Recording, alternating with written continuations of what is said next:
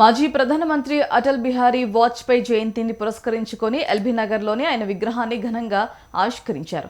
ఈ కార్యక్రమానికి త్రిపుర గవర్నర్ ఇంద్రసేనారెడ్డి ముఖ్య అతిథిగా హాజరయ్యారు. మల్కాజ్గిరి ఎంపీ ఈటెల రాజేందర్, బీజేపీ రాష్ట్ర అధ్యక్షులు ఎన్ రామచంద్రరావు, రంగారెడ్డి జిల్లా అధ్యక్షులు శ్రీనివాస్ రెడ్డి సహా సీనియర్ నాయకులు పాల్గొన్నారు. అటల్జీ భౌతికంగా మన మధ్య లేకపోయినా ఆయన కీర్తి అజమారామని కొనియాడారు ఇంద్రసేనారెడ్డి. అధికారం కంటే ప్రజాసేవే ముఖ్యమని నమ్మిన వ్యక్తి ఆయన అని చెప్పారు. భారత జాతి గర్వించదగ్గ ముద్దుబిడ్డ అటల్జీ అని అన్నారు ఈటెల రాజేందర్. వాజ్పేయితో కలిసి పనిచేసే అవకాశం రావటం తన అదృష్టమని బీజేపీ తెలంగాణ రాష్ట్ర అధ్యక్షులు రామచంద్రరావు తెలిపారు.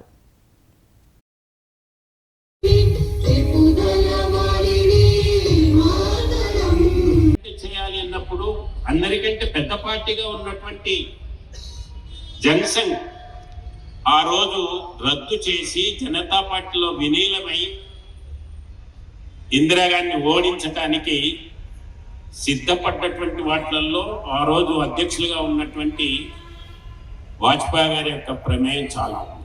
ఆ తర్వాత వేరే కారణాలతోటి ఆ ప్రభుత్వం పడిపోయి ఉండొచ్చు, కానీ సిద్ధాంతపరమైనటువంటి దీంతో కొంతమంది ఈ దేశం అంటే పడనటువంటి వాళ్ళు కూడా దాంట్లో ఇన్వాల్వ్ అయి అపోజిషన్ని విడదీసి అప్పుడు తిరిగి జనసంఘ్ మరొక కొత్త రూపంలో భారతీయ జనతా పార్టీగా ఫామ్ అయినప్పుడు దానికి మొదటి అధ్యక్షులుగా వాజ్పేయి గారు రావటం, ఆ తర్వాత ఆ యొక్క పార్టీని ముందుకు తీసుకెళ్లటంలో ఎన్నికలలో ఓట్లు వచ్చినాయా రాలేదా, సీట్లు గెలిచినామా లేదా అనేటువంటి దీంతో కాకుండా ఏ రోజుకైనా మేము అధికారంలోకి వస్తాము, అధికారంలోకి తీసుకొస్తాననేటువంటి నమ్మకంతో పనిచేసి వారు ముందుకు తీసుకు ఆ రకంగా 84లో దెబ్బతిన్నా 89లో 91లో ప్రయత్నం చేస్తూ 96లో జరిగినటువంటి ఎన్నికల్లో అత్యధిక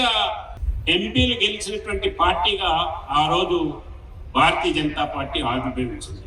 అప్పుడు వచ్చింది ఎవరిని ప్రధానమంత్రి చేయాలి, ఏ పార్టీని ఆహ్వానించాలి అనేటువంటి ఇది వచ్చినప్పుడు రాజ్యాంగం ప్రకారం అంతకుముందు కలిసి పోటీ చేయనట్లయితే ఎవరైతే అత్యధికంగా ఎక్కువ మెజార్టీలో వాళ్ళ ముందు అవకాశం ఇవ్వాలి అనేటువంటి దీంతో భారతీయ జనతా పార్టీకి అవకాశం ఇచ్చారు. చాలా మంది మహనీయుని చరిత్ర, ఆ మహనీయుని గొప్పతనం భారత జాతికి మరొకసారి తెలవాల్సిన ఉన్నది. ఇవాళ ఎవరు మాట్లాడినా రాజ్యాంగబద్ధంగా చెప్పి మాట్లాడతారు. రిటర్న్లో లేనటువంటి అనేక రకాల కన్వెన్షన్స్కి, అనేక రకాల గొప్ప సాంప్రదాయాలకు తెరలేపిన మహనీయుడు అటల్ బిహారీ వాజ్పేయి గారు.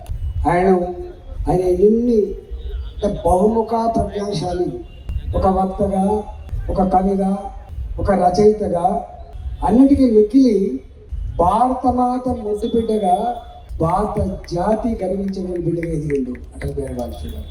నేను కూడా ఇంద్రన్న ఇక్కడ నాయకుడుగా ఉన్నప్పుడు నేను వారి కాన్స్టిట్యూన్సీలోనే నేను ఇక్కడ ఉండే సలీం నగర్ కాలనీ నాడు ఫోన్ కనెక్షన్, ఆ కనెక్షన్ మనకు ఫోన్ అప్లై చేయకుండా వచ్చేది. గతంలో 6 నెలలు 7 ఏడాది మీటింగ్ ఉంటుంది.